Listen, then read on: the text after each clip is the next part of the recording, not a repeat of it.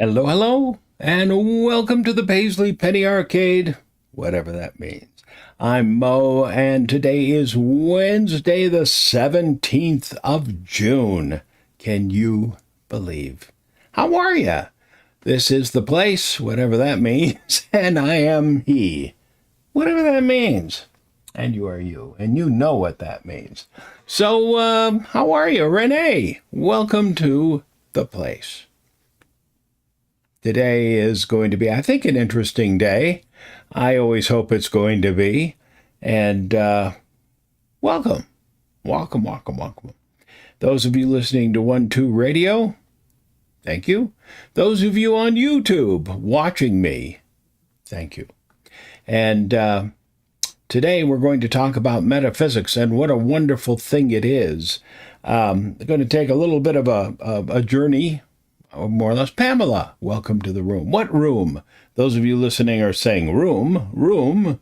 Well, there's a chat room associated with this in live time, and that live time is go to moabdelbaki.com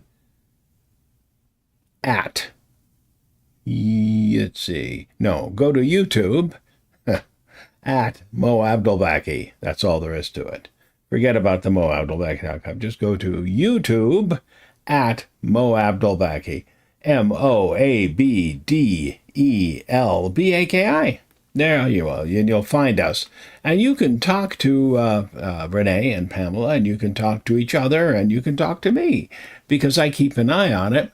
And that way, if you have a question regarding what's going on, I don't answer questions here. Someone had a question a couple of weeks ago, and it was a busy day because I had a lot I wanted to talk about. And I got through it all. And I have a lot I want to talk about today. One of the things I'd like to talk about today is the whole concept of metaphysics itself, and what a wonderful thing it is, and how full it is, and how people really don't, in their lives, don't explore it very much, which I think is a shame, because it's fascinating. It will keep you busy. And when I say busy, I mean extremely busy.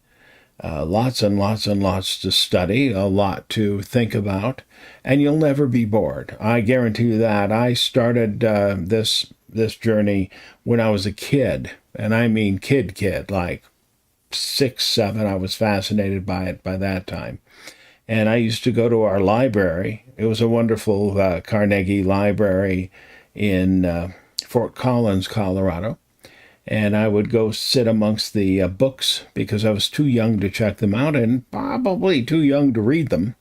And I would sit and thumb through them and see pictures of seances with ectoplasm. And I thought, that just looks like a sheet. And that's what it was, because they were probably phonied up seances and that sort of thing. And I have a book on hoaxes that sticks with me very clearly. And it gave me the ability to have a questioning mind, a very strong questioning mind. There was a hoax that was it was supposedly the body of John Wilkes Booth. And later on, I had the good fortune to run into that body, the mummy of John Wilkes Booth, in the Garden of the Gods area in Colorado Springs. As a teen, we were driving through that area, my family. And we stopped at one of those tourist places, and there it was, the very thing I was, in the book. It was the book written in the 30s or 40s, and there it was, the very thing with a bullet hole in it. It was just phenomenal, and books like that just fascinated me, and they one of the librarians finally came over and said, we need you to take this note to your parents and have them sign it and bring it back saying it's okay for you to see these books. And I said, okay, I'll do that. And of course, I signed my dad's name to it. I think I was 9 or 10 at the time. And it was okay with them. It wasn't my parents. I didn't take it to my parents because they would have said probably no. And so I had a few more years until I had 2 more. Well, I had to be 12. to check out those books, and boy, did I check them out. My little town of Fort Collins had a very big spiritualist influence in the 20s and 30s, and it was really something. As a matter of fact, when I was 8 years old, eight, yeah, I would have been eight, second grade. I was reading the palm of this cute little girl on the playground. I was quite smitten with her at that time. Red haired, yes, it's cliche, the little red headed girl. And I would run into her again after I left that school in junior high school and have smitten with her then. I never said a word. And name was Becky. Yeah. And and anyway, so I was reading her palm, and suddenly there was a claw at my ear, and that claw dragged me into the office, and sat me down. And Mr. Johnson was a really lovely man. He was the principal of the school, and he just said, you really shouldn't do things like that at the age of 8. And I mean, he didn't say that, but he said that not everyone appreciated that. And the teacher, I won't mention her name, she was famous in our school district, never married. They named a school not far from where I lived, so I could look out from where I'm actually from my backyard and see this school every day after they built it and be reminded of her, because she actually was she was never taught me, but I sure was exposed to her a lot. Wait, I don't want to put it that way. That's a bit rude. And she'd been teaching since the 20s, I'm quite certain. And this was in the 60s. And she was but that claw, and I thought it was because she was probably again all that stuff, but in fact she was a spiritualist. I for one, just for grins one day, not for grins, that's the wrong way to put it, just out of interest, I looked her up, and she was in the Wikipedia actually. And there she was, and it turns out she was a member of the spiritualist movement. And very heavily into it, as well as puppets, marionettes, and that was like, oh, but she was really a very kind lady as I got to know her in the upper, but she was very strict about some things, and so what she saw me doing was probably quite offensive to her, even though I actually was reading her hand, Becky's hand, reading her palm. Doing my best to impress her, because I wanted to impress her. I was quite taken with her, and always was.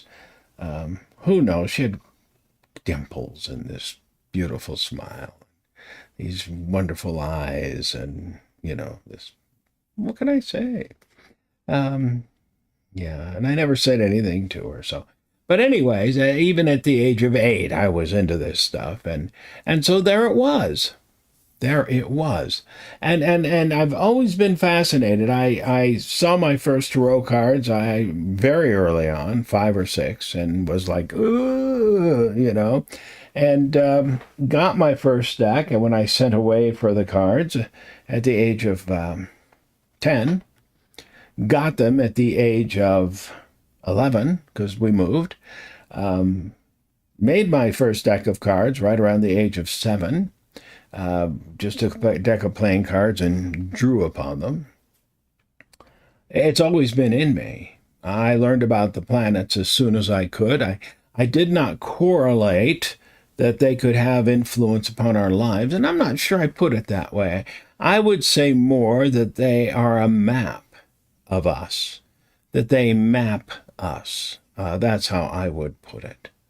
That they are a map of our existence, and that they can. I've been doing this. I've done Vedic astrology for over 30 years, and I did regular astrology before. And when I was introduced to Vedic, by Mary McLean. Thank you, Mary McLean, wherever you may be. Boy, it just changed how I saw everything, and it just went kabong. This is it for me, and it was really quite amazing. And I said, this makes perfect sense. perfect sense to me. And it made a lot of sense. And I just went, all right, I can do this. Metaphysics is fascinating. Here. I wrote down some of the things here that I thought people should study, that it's fun to study. There's tarot. There's astrology, of course. There's numerology, which is fascinating. You know who's a good numerologist is Christine du Maurier. She's got a show right here. She was in the chat room one day. I didn't know her screen name. I'm trying to read it, making a jackass of myself. Hee-haw, hee-haw. And I just couldn't figure out what her name was. It was like, I'm so stupid. I wish she had said, Mo, it's me, Christine. Because I know Christine, and she's a sweet person. She's a friend of mine. And I'm like, who is this? Didn't have any idea. Dumb as a brick. But she's a remarkable numerology person, a numerologist, so, but she's got a show right here on YouTube, and it's called I think she calls it the Through Line, and she's a very smart person, but a good numerologist is kind of fascinating. The numerology I do is known as gematria, and that's Hermetic numerology related to the Hebrew alphabet, because that's what they use to encode their ideas into. It utilizes tarot, and it utilizes. You can use it with tarot, and you can use it with astrology if you want. You can use it with a bunch of stuff, and it's fascinating stuff. And that's something you can study, along with the Tree of Life. It's powerful stuff, because the idea behind that is that every word has a meaning. And when things have the same number, then they're all related. So the word dog and God would be related, although the words are different in Hebrew, let's say. But in that theory, the words dog and God are related because they have the same numeric value. And I would put to you that they are related, right? I think they're related. So what are some other things I wrote down here? Numerology, I wrote palmistry. Wow. I studied palmistry for years, and I did it for a long, long time. I did it mostly when I was doing parties. Someone say, would you like to come and read palms? And I'd say, sure, you want your palm read? And I'd take out some paint and blah, blah, blah. I'm kidding. It's an old joke. But and I would do palms all night, and people loved it. If you're a professional and you're thinking of getting into the business of doing readings for people, you can leave your cards at home. If you can read palms, you're going to be very, very popular. Very popular. I have a book. What was her name? Let's see what we have here. Renee says, I pulled a card for timing on getting information from a friend. I pulled the Three of Wands, virtue. I took that as meaning soon, and I got the information less than a week later. Yahoo, Renee! That show last week paid off already. Yeah, it's a pretty fast card, the Three of Wands, virtue. It's also the vernal equinox, which is coming up, as a matter of fact, this coming Sunday. So happy vernal equinox to all of you. This coming Sunday, Father's Day. That's right. I have kids and grandchildren. My God, I've got 5 grandkids. Through no real, they're my grandkids. I had kids, and I love that, and I love my grandchildren. Boy, do I love my grandchildren. I love my grandchildren more than you can imagine. I love my grandchildren so much, and I'm so proud of them, And they're wonderful. I didn't raise them, I didn't raise them, but they're so wonderful. Oh my goodness. They're just wonderful. One of them is all grown up, and she is absolutely magnificent. Magnificent. She is a true human being. Oh, she's just dynamic and absolutely magnificent. Oh my God. Just, oh man, just wonderful. And the rest are kids, and the other four, and they're just, oh, so splendid. Just so incredibly splendid. I just love them so much. And my kids, oh my goodness. I love love. I love love. There's nothing more than I love than love. Love is the best thing in the world. I know there are people out there who would watch this and go, but that's what I love. I love love. It's the best thing in the world. So anyway, you readers out there, think about learning some palmistry. What was her name? Oh, she was the wife of a famous magician. If you can find the book, I've got it. I own it. It was given to me by a friend of mine. We met in the 6th grade. My buddy Jack died when we were 19. God, I loved him. I loved Jack. Broke my heart. First friend to die. Broke my heart.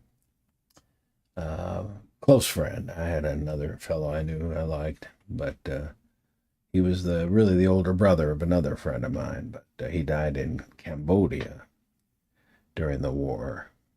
The police action, but anyway, so when he gave me that book, yeah, and it was a great book. I can't remember her name. I imagine it's not easy to find, but what an interesting book. And she had been a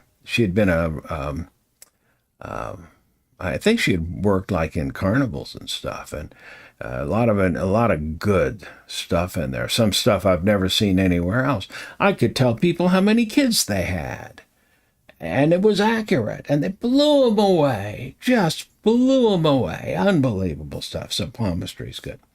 Cartomancy. Well, that's just using playing cards, isn't it? Any type of regular card reading. Lenormand here, here's my Lenormand cards. I've had these for ever. I love them. I always keep them in the Lenormand box. This is a Piatnik deck. Piatnik makes good cards. Yeah. Piatnik out of Vienna. Good cards.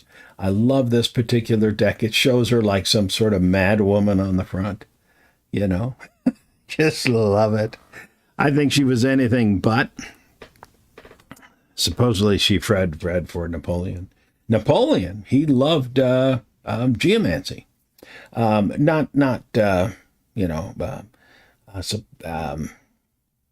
Geomancy, which was dots. There were many ways to do it. You could take a handful of pebbles and count them, and then you'd have even or odd, or you make dots in the sand, or you could pull marbles out of and it's a form of even or odd, and you form 16 figures, geometric figures, and it's like the I Ching a little bit. I studied that for a long time. Then I got into astrological geomancy. Holy cannoli! What an incredible! I predicted the downfall of the Berlin Wall with that, and when it would go down. Pamela says my grandchildren are cats. Well, that's cool. That's cool. That's wonderful. It's about love. It's about love. That's what it's all about. I love my puppy so much, so much. And she loves us so much. It's what it's about. It's what the world's about. Love makes the world go round. That's an old song, Most of the songs that we have are about love. That's what they're about. A lot of heavy metal songs are not about love.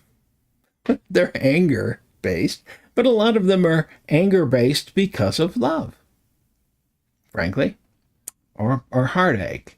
A lot of heartache songs are based in love, right? Yeah, that's how it goes. My wife says this is cluttered in here. She's right, but that's my mind is cluttered. So what are you going to do? What else did I write down here? Cartomancy. I Ching. Holy mackerel. I Ching. I Ching. You know what goes along with I Ching? Feng Shui. Taoism. Right. Why?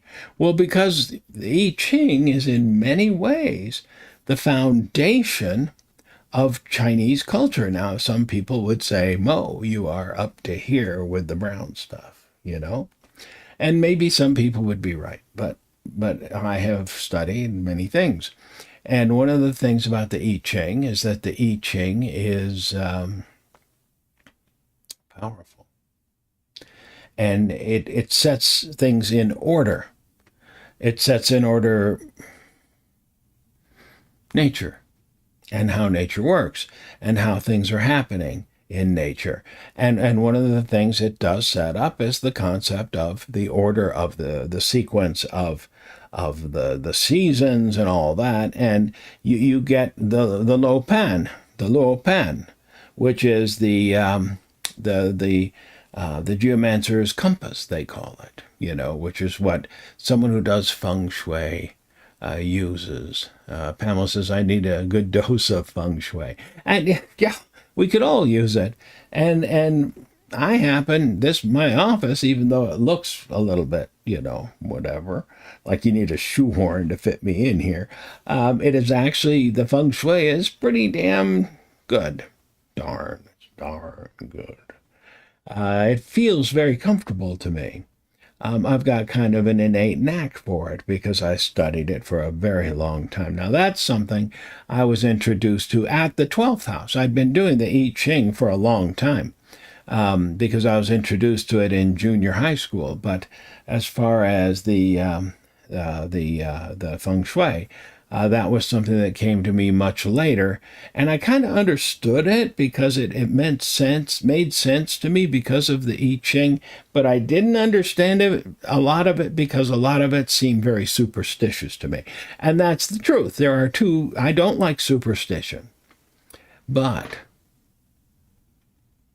I've studied some of the, things like voodoo and hoodoo, shamanism, and there are a lot of interesting things, and I've stayed completely away from Santeria. I would suggest you do the same unless someone takes you in. Okay, don't mess with that. It's powerful and it can be rather incredibly dangerous. So you got to make sure that you know exactly what you're doing. There are powers that are very difficult to you don't control any of those. Feng Shui, by the way, if you have the right person. I had a student many, many, many years ago named Cynthia Murray. Her specialty is orienting doors. You can call Cynthia up, look her up. She's if you're building a house, you call you up and say, Cynthia, Mo sent me to you and said that you could come out and tell me which direction my door in my new house should face. She'll come out, she'll charge you, and she's worth it, and she'll tell you which direction to face your front door. That's what she does. Okay? And she went to all the schools. She I'm looking for there's a Swiss company that makes these beautiful Luo pens. I can't afford them. They're like couple grand, but they're Swiss and they're precise. And what a Lo Pan is, I've got a small one. It's, where did I put that? I think it's up on my shelf over here that my son brought me from China. He paid more for it in China than I could buy it in the exact same thing on Amazon, but I don't want to tell him that. He brought it from China and he brought it to me. So it's worth much more than anything I could ever have. And I love it. But they're compasses, and what they have on them are these legends, and you look at it and you can tell what's a good place and a bad place, and they're fantastic and they're magnificent, you see. And that's all based on the I Ching. And then there's the Tao, which means the way. the road. All based on. And you can get into this stuff, and you can start have a book up here. You can't see it. It's a big. Oh, you can see. Yes, you can. You can see it up there. I'm pointing to it. It's a book on the compass, the Feng Shui diviner's compass, and it's thick. It costs a fortune. They get money for those thick old books that no one really wants to buy. And he doesn't really tell you about a guy named Skinner. He's a big deal, But they don't tell you that much about it, But see, I also pulled. Oh, good, another update from Renee. I also pulled a card for timing on an art project. I got the art card. What else? It has the astrology symbol of Sagittarius. It is Sagittarius. It's ruled by Sagittarius. Would that be mid-October to the first part of November? Well, certainly it could be, Certainly could be. It's also numbered 14, as I recall. So you think about that. You have to... What does your intuition tell you about that, Renee? Right? So timing on an art project, is that a reasonable objective for the art project? Because we're in June now. July, August, September, October, 4.5 to 5 months. Is that Renee? Is that reasonable? You tell me. Okay, so let's move on from the I Ching stuff. What else did I talk about there? I talked about the I Ching. I said that. When we talk about mediumship, I'm not into mediumship. I don't like it. I've done seances. I've done them. And there's nothing that I like about allowing something to come into you.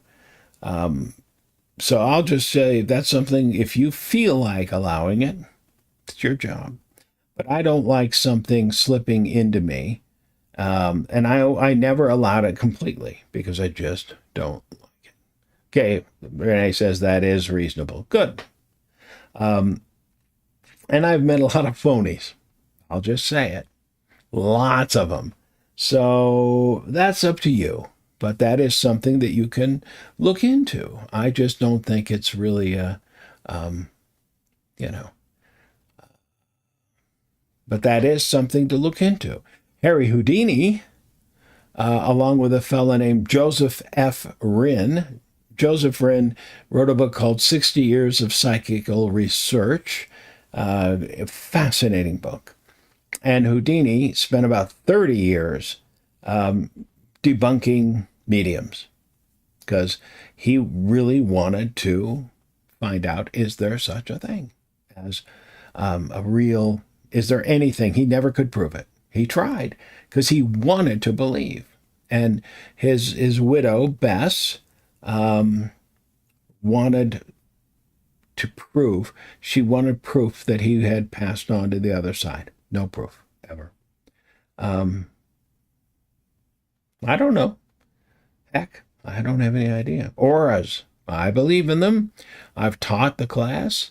Yeah, there you go, Renee. Get busy. Get it done. You can share the results.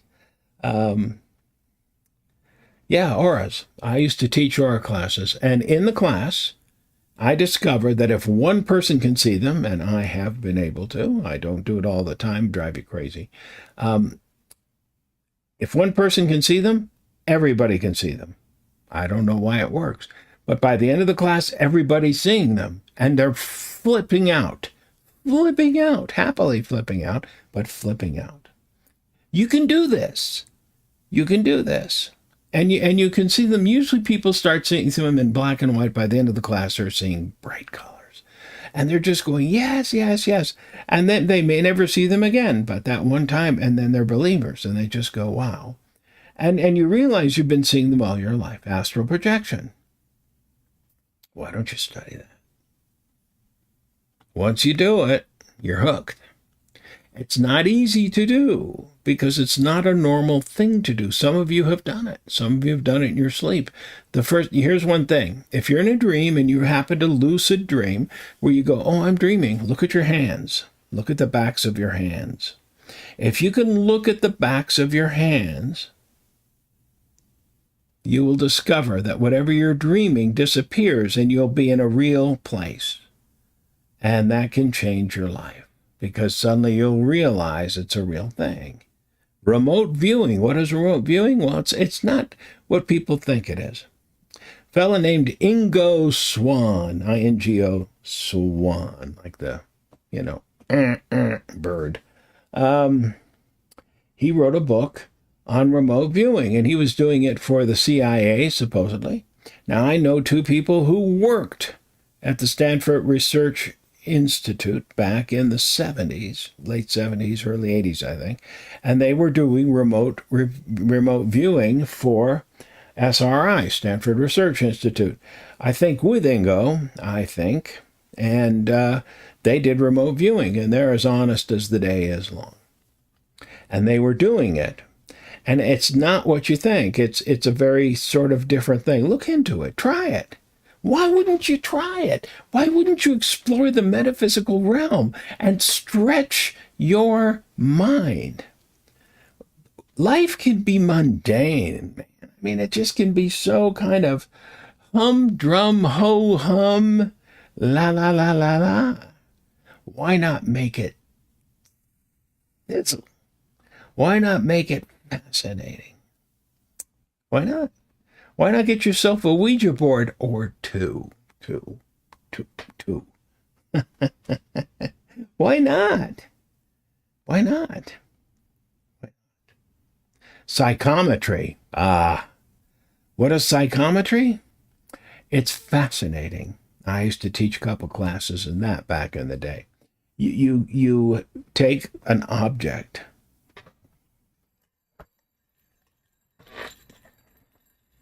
And you hold it with the tag, right? Mini pearl. No, you just hold the tag, right? And you just feel. This is great in antique shops.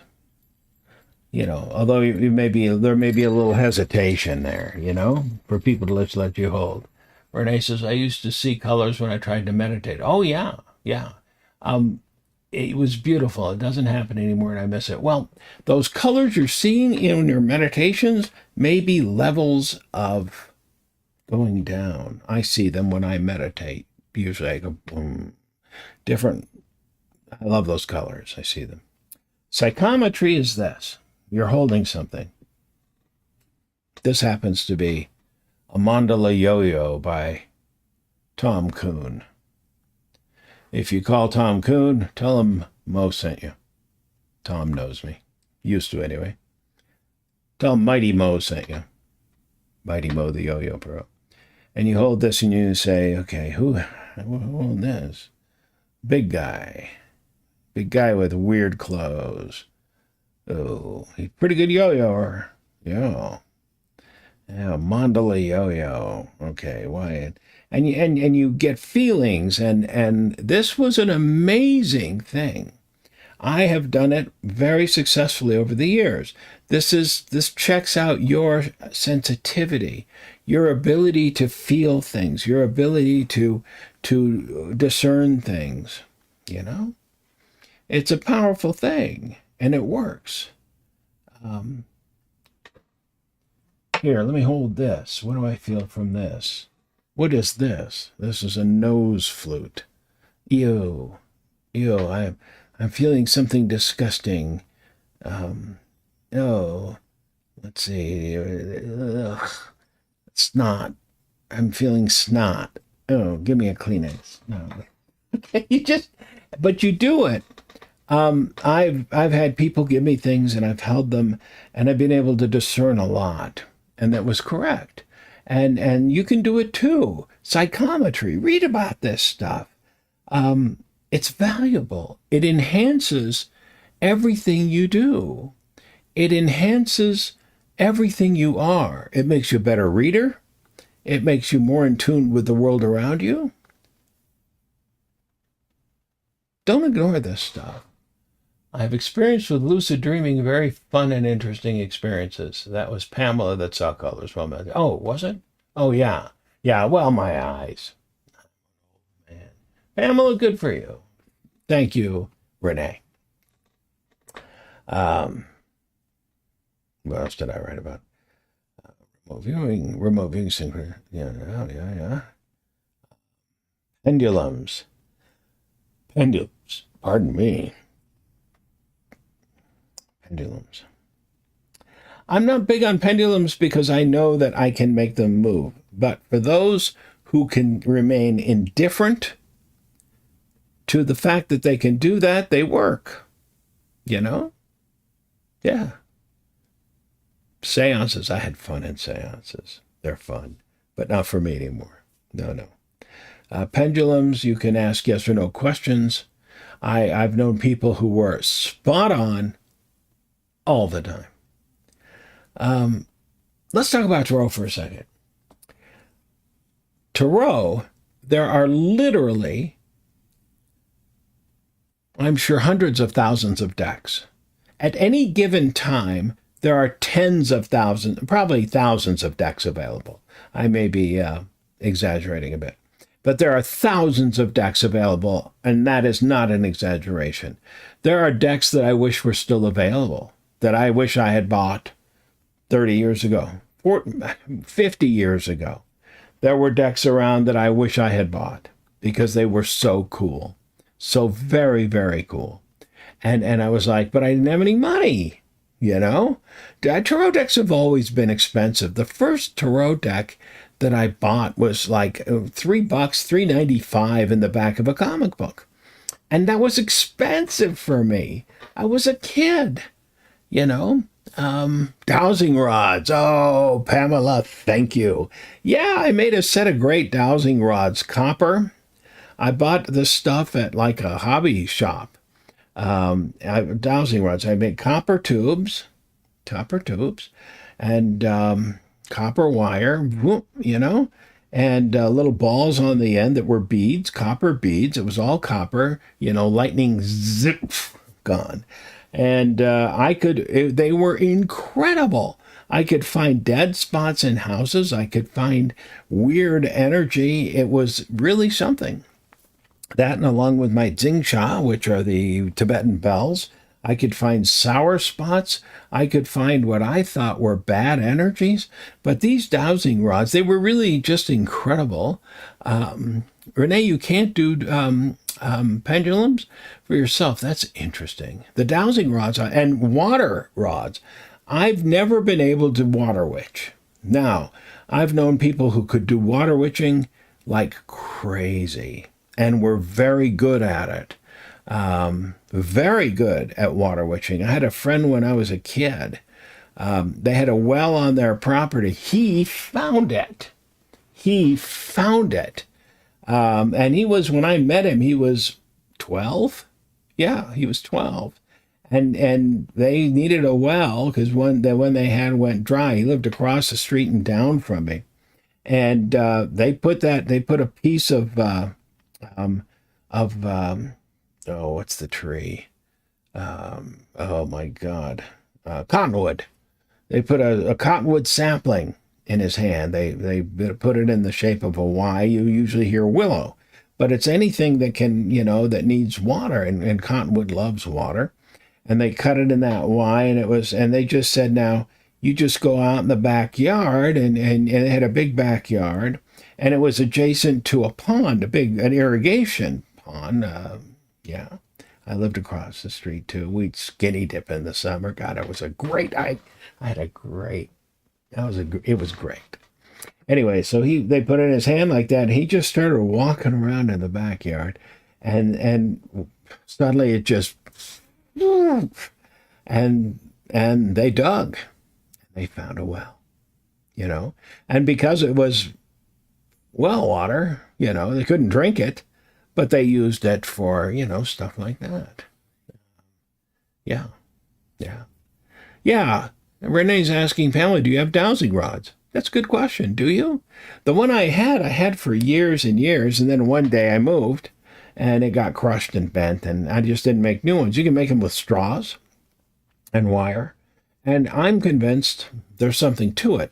We are actually the ones, I believe, that kind of ground them, and we resonate, and they work. I'm convinced. You see, anything that we're doing, we're really kind of resonating with that, But back to this idea of tarot, investigate different decks. I have a box filled with tarot decks. I just do. Yet I use my deck only, but there are other decks that I've investigated. Not that I've used them. Let's see, Pamela says, I do, but haven't used them yet. I thought that I brought it up. I'm going to have to try. You betcha. There are those ones, fancy dowsing rods that have springs on them and stuff. And it's all pretty cool. I'm sure some of them work and some of them don't, but they're all work. They're going to work in one form or another. I had a client who used to buy them very expensive with crystals on them and stuff, but he had money. He had a job. He had a job, a real job, and he got paid very, very well. So there you are. Astrology, the granddaddy of them all, Astrology's been around since humans have been around, because they looked up in the sky and they saw stars that didn't move, and then they saw planets, which means wanderers, I guess. And they watched the wanderers, and they went back and forth, and they said these are deities or representations of deities, and they said they seem to coincide with certain things that happens, and astrology's fascinating stuff. I still study it with great interest. You should pay attention to some things. Only what interests you, though, right? Runes. What about runes? Runes have been fascinating for a long time. Now, they are an alphabet. Does that mean any alphabet can be used as a form of divination? Does it?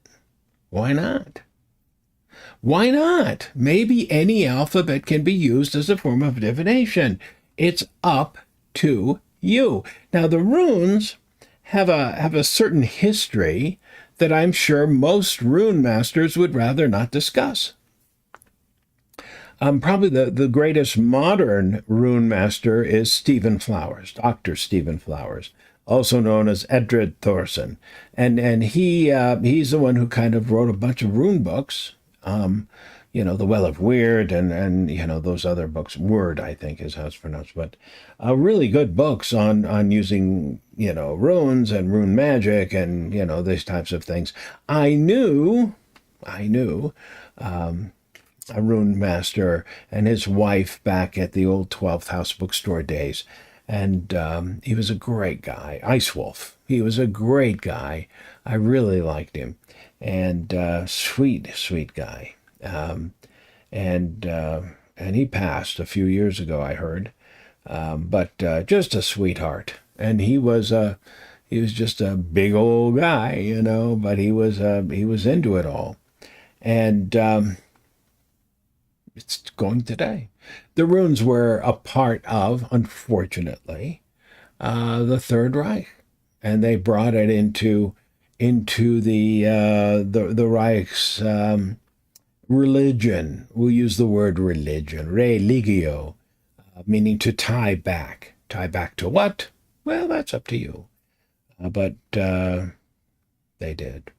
So the runes were big for a long time, but studying the runes is a powerful thing to do because you learn about how to use something like an alphabet and they work, like the Om. The Om is another old alphabet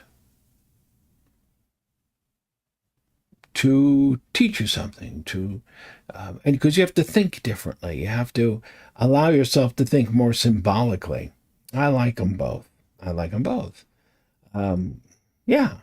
Gematria. Oh, I love Gematria. Because that's like a puzzle, So what's the difference between 40 and 41? There's a lot. I'm not going to get into that.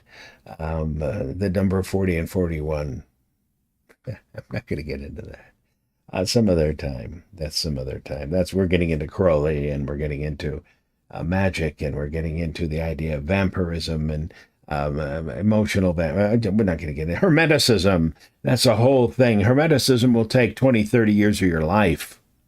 Tarot and the tree of life and symbolism there and sacred geometry. Oh my goodness. Sacred geometry, I got into that so heavily.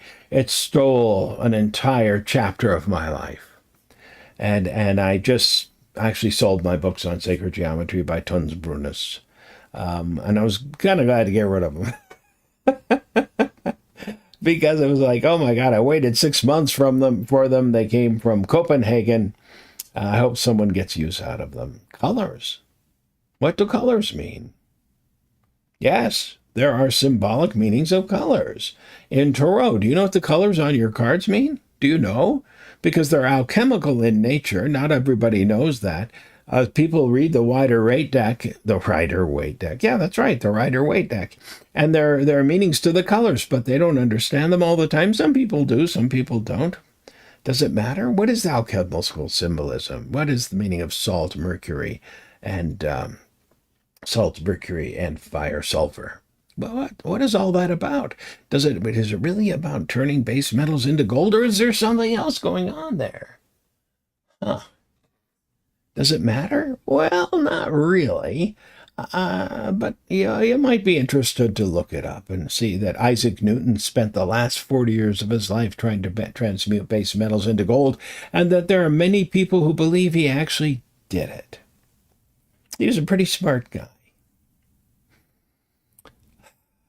What are the tattvas? Spelled with a W. Tattvas, but it's pronounced tattvas. What are they? What can they do for you? Do you know? I did a whole show on them once, but is there something there for you? It's not boring. I guarantee you it's not boring. It's pretty wild. They're simple shapes. There is an oval shape or an egg shape. It's dark indigo or dark purple or even black, and it's called Akasha. Akasha? Yeah. Yeah. It's where the records come from, vinyl and otherwise. And there is a yellow or dark brown or gold square. Yeah. And there's a red triangle, point up. Yeah. And there's a silver crescent. Yeah, there's one of those. And there's a blue circle. Yeah. Seems to me I'm missing something, but you can look it up. And then you know how to mix them up, you see. You mix them together. And then you learn how to go places. You can visit. All of that's in metaphysics. There's more. Meditation. Malas. I did a whole show on falcon, raven, right? Crow? Well, falcon, raven. Remember that one? I don't know if you saw it, but you can use your mala to do a form of divination. Snow leopard. And you can also meditate. You can hang it around your neck and look really chic. Or not. Not if you're me. There's so much. There's so much. What about the symbolism in Tarot? Have you ever wondered about the symbolism? I wrote to the Vatican. That's how much it burned in me. You remember the show on the shapes and colors. Thank you. That makes me feel better. That makes me feel a lot better, Renee. Thank you. Yeah, I saw we had a show at the show. It was a thing at the Art Museum here in Denver on the Jewels of the Vatican, I think it was called. The Treasures of the Vatican. Wonderful exhibit, you know. And they had a reliquary that came in, and it had on it the hangman, which stunned me. Stunned me. And the wheel, and it had the tower, blasted tower, and it had the hermit.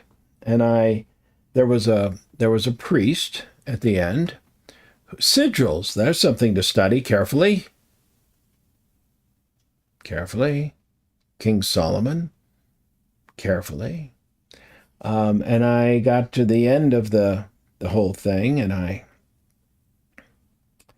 said to the priest, and he was from the Vatican, I said, "Excuse me, Father, can you help me?" And I was much younger. I had all black hair, and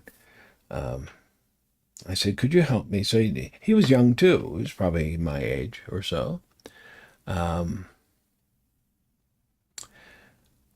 "Can you tell me about the reliquary I saw?" And he said, "Take me to it." And I took him to it, and I said, "These are tarot symbols." And he said, "No, no, no, my son, these are not tarot symbols. These are symbols of saints who have been, you know." And I said, I know, but there are symbols used in tarot." He said, "No, no, no, my son, these are saints, and they were stolen from symbolism on maybe tarot cards." "Yes, maybe. I said, "No, definitely. Just, could you help me? I want to know who they are." And he had to have, wouldn't he have to have known? But he didn't know. He said, "No, no, no, I'm afraid I don't know." You know, sorry for the pretending that's a terrible accent. That's Hollywood accent. And so he said, "Here," and he wrote. And he said, "You write to this man." And it was Father something. I wish I'd kept it because his writing was so really beautiful. And he said, "You write to him, you ask him, and he will write you back, I promise you." I said, "Okay." So I wrote to him the next day. And it took about, I don't know, month, 2 months. I got a letter back. And, oh no, he wasn't going to tell me either. He said that the hangman may have been St. Oswald of Northumbria. But the rest, I don't know. That's not, Father Guido Sarducci, by the way, was Italian. Yeah, Dom Novello. Dom Novello was brilliant. What a brilliant comedian he was, yeah. I think he just passed recently. I thought he had gone a long time ago, but he was so funny. I used to watch him when I was in college. Laugh. Boy, did we laugh. Yeah.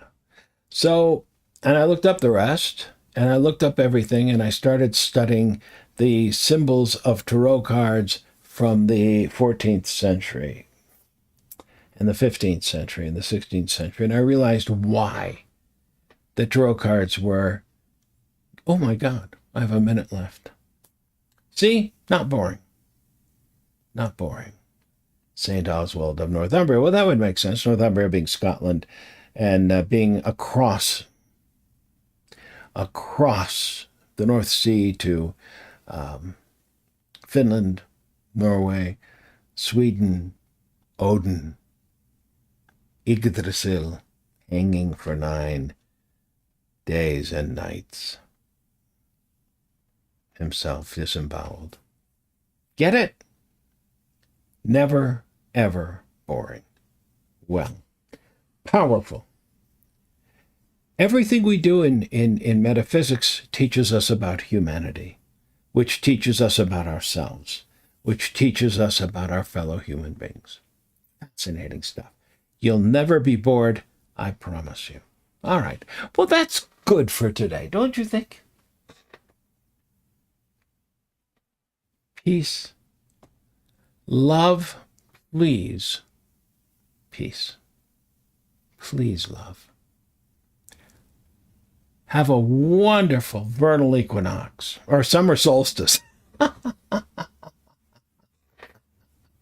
You're very welcome. Thank you, Pamela. Thank you. Pancho, thank you. And have a wonderful summer solstice. I love you all so much. And I will talk to you next week if all goes well. If it doesn't, I had a great time. Okay? And I'll talk to you later. Take care. And a bye-bye, as they say.